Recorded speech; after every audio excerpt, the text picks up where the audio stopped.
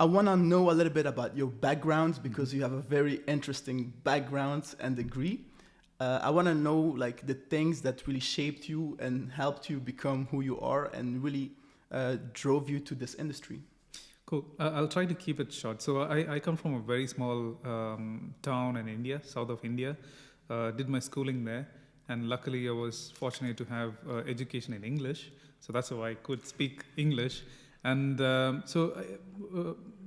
town where I come from, there's not a lot of access to external world. So the only way we could learn about things is books or magazines or talking to people, right? And when I was very young, I was super curious about different things. And that's when I jumped into coding. So I learned programming early on in a very small institute there. And started learning about electronics and many other things. So generally, I was curious about many things. And in doing so, I also bumped into astrophysics. So early on, I was like super interested in astrophysics. I was trying to learn more, build new theories then with whatever limited knowledge that I had. And when I had to decide on what I want to learn, pursue as my for university, I knew how to code, and electronics I thought it wasn't a big deal because everybody were doing electronics. Mechanical engineering wasn't so attractive either, and aerospace was something that was just coming up in India. Right, so there was a lot of research on the space side, but aeronautical engineering as such was just coming up, and there were very few graduating out of university, and I found that as a challenging topic to learn. Right, so the reason why I picked that is because it was completely alien to me. I mean, there was no other fancy story behind it. That's very interesting because like it shows that you need a challenge. And that you are looking for challenges based on what you just explained. Absolutely. So, I mean, for me, I think I love the process of learning new things. It doesn't mean that it'll stick in my brain for a very long time and I will remember everything. Mm-hmm. But life is just one shot, so you have to use all the opportunities to learn new things. Exactly. Right? So that's how I got into aerospace. And then after getting into aerospace, I was fortunate enough to have really good, colleagues there.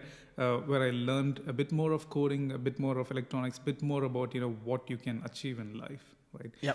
And so that's my journey there. And when I was in my third year of my university, I got selected in a campus placement. So there's a companies coming to campus and picking, they only pick the top tier students, right? I mean, you need to mention that as well. kind of. So they picked four out of many.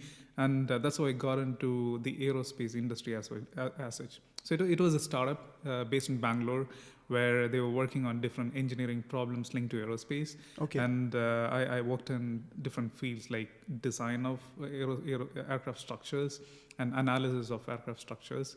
But then even there, I was not so much focused on the aerospace aspect of it, but then I was so fascinated about the entire concept of company building. So I was jumping into different things about recruitment or finance or business. So anywhere I could say I could get an opportunity, I was just jumping on.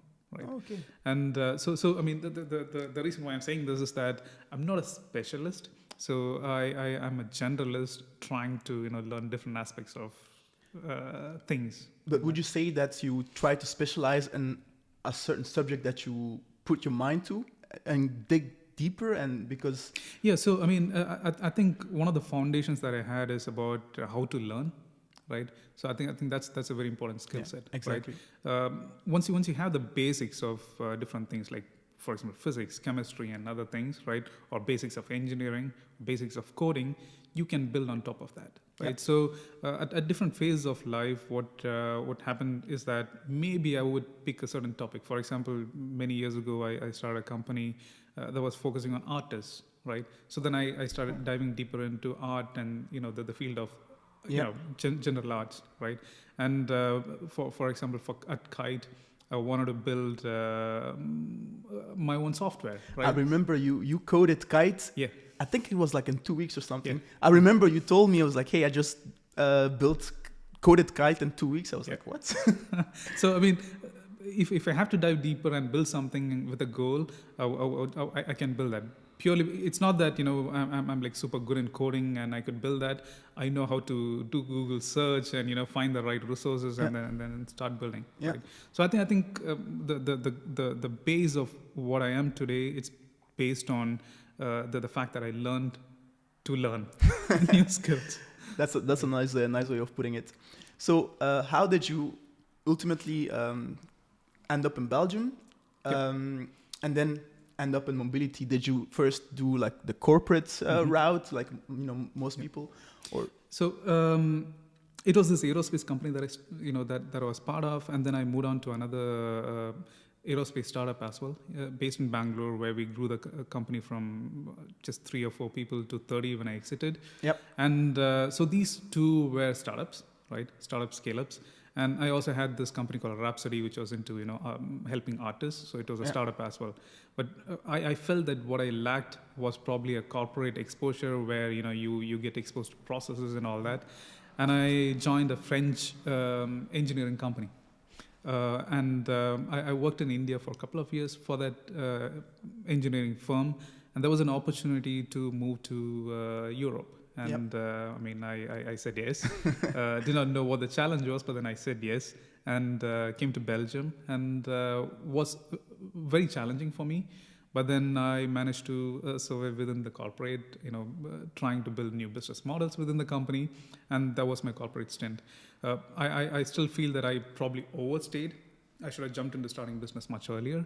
But then it also gave me sufficient time for me to think about what ventures that I want to create and also shape myself a little bit, in terms of learning how a company should be run.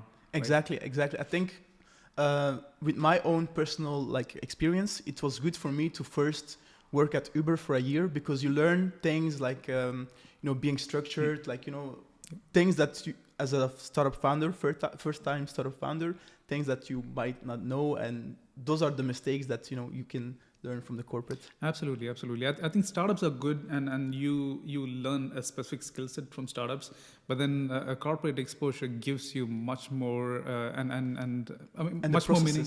Yeah, exactly.